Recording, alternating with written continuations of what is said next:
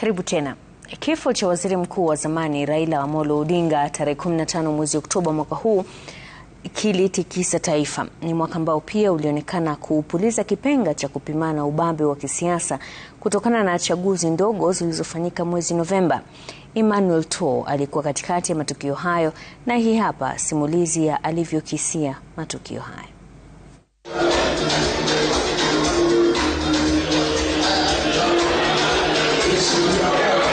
Hii ndio itakuwa Krismasi na sherehe ya mwisho ya mwaka huu bila ya hayati Raila Amolo Odinga. Raila akiingia mahali unasikia tu haya. The higher statement, vijana fire. Jeshi fire! Vijana fire! Muwe tayari kwa wanajeshi wa baba.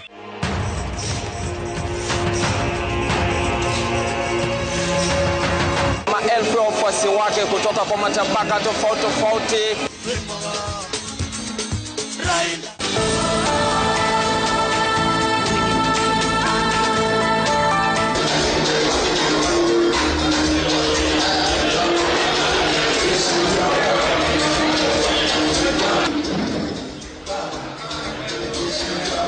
Jeshi weka saluti, mkono ya right, twende.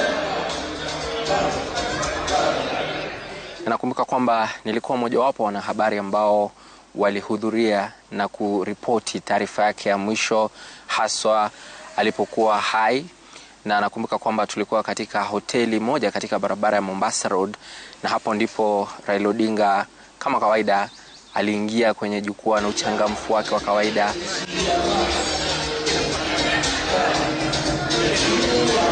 Bila kabla hajazungumza ungeona kwamba Raila alikuwa sawa kabisa, buheri wa afya, lakini alipoanza kuzungumza ungehisi kwamba kulikuwa na udhaifu fulani ama unyonge fulani wa sauti yake. Haya.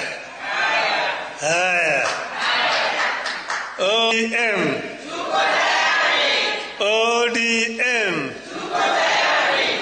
Asante sana, you may be seated. Nakumbuka alitoa hotuba ya dakika 24 tu. Odinga alitoa kauli ambayo siku hiyo iligonga vichwa vya habari na inaendelea kugonga vichwa vya habari na itaendelea kugonga vichwa vya habari. Who told you that ODM will not have a candidate in 2027? Who has told you? Kifo cha Raila Amolo Odinga ama baba kilijiri ama kilitukia na kuwashtua wengi sana.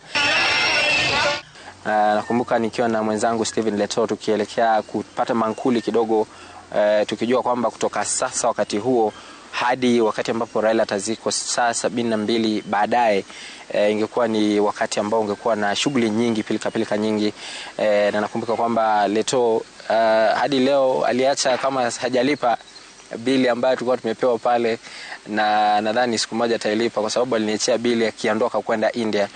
Sad to say I'm on my way, won't be back for many days. Manuel, good morning. It's good to see you. How's the mood like where you are? In the next hour and 30 minutes or so, the body of the late former Prime Minister Raila Odinga will be touching down. Good morning, route 001, final runway 06. Na mnakumbuka wakati ambapo mwili wa Odinga ulipotua katika uwanja wa ndege wa JKIA, niliona tu matawi kwenye uwanja. Mamia ya wafuasi wa Raila Odinga, sijui alipitia upande gani, lakini nilishtukia tu amefika kwenye uwanja. Wengine waliingia ndani ya ndege ile ambayo ilikuwa imebeba mwili wa Odinga.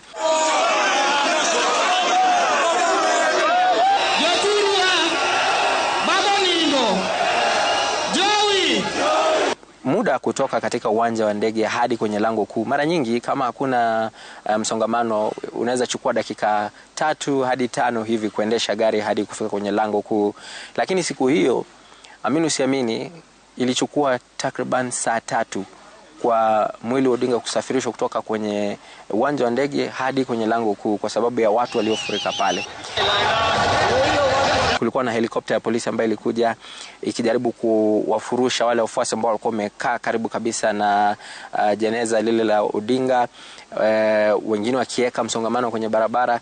Helikopta hiyo naarifiwa kwamba kuna wakati ambapo ilitaka kuja kuinua jeneza lile na kuondoka nalo kupeleka Kasarani, kama ukipenda uwanja wa kitaifa wa Nyayo. Siku ya Ijumaa, ambapo kulikuwa na hafla ama sherehe ya kupokea mwili wa Odinga katika uwanja wa Nyayo, na niliweza kuvumilia huo muda wote nikiona watu wakilia, wakipiga nduru. Kuna wakati nilimfanyia mbunge wa Likoni Mishi Mboko mahojiano pale katika lango kuu la kuingia kwenye uwanja huo. Nakumbuka Mishi Mboko mara nyingi akizungumza ataongea na hisia nyingi. Hiyo ni mafunzo kwa sisi wa Kenya ya kwamba tuwe na Kenya moja, tuwe na upendo. Asante sana, poleni sana. Na wakati alipokuwa akimkumbuka Raila Odinga alianza kudondokwa na machozi, na pale nakumbuka nililemewa kidogo, na mwenzangu Melito Letenges alikuwa pale akanisaidia, akaendelea na mahojiano.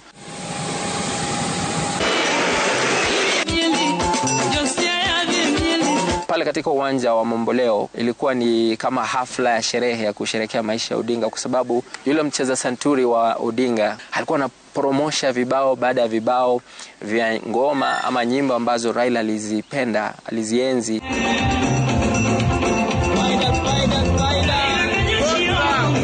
Nakumbuka hata nilikuwa nachagua baadhi ya vibao kama hii ambayo tulikuwa tunaicheza pale kwenye uwanja huo. Sisi wa baba, baba, jeshi ya baba. Siku hiyo niliona wimbo uliweza kutumika kutuliza hisia, kutuliza jazba. Kile ambacho nitakosa sana kwa maisha ya Odinga ya kisiasa ni ile hali yake ya kusisimua wafuasi wake. Ulikuwa Raila akiingia mahali unasikia tu haya, vijana fire. Jeshi about turn. Jeshi fire. Vijana fire. Vijana fire. Sidhani kama kuna mtu ambaye atakuwa na uwezo huo kuwashawishi wafuasi wake. Taarifa nyingine ambayo niliangazia ambayo iligonga vichwa vya habari pia ni taarifa kuhusu chaguzi ndogo. Nilikuwa katika eneo la Mbeere North. There's a guy with a pistol, those are shots. Na wakati nilipokuwa nafanya mahojiano ya Patashika ile, nakumbuka kuna jamaa fulani alikuwa amekuja na firimbi, alikuwa na mdomo umejaa wanasema jaba. Akija pale tukifanya mahojiano nikamuuliza, jameni naomba utoe jaba ndio nikusikie. Nakumbuka alikasirika sana. Labda ukitema jaba utaongea vizuri. Acha kuniambia vile nitafanya ndugu yangu. Utakosana mimi na vile hujaiona, ona. Na natupenda kuchukua fursa hii kumuomba msamaha jamaa huyo. Maana yake nilimwambia ateme jaba. Ni 6 jioni na unaambia mtu ateme jaba ati jumna muinterview kwa news.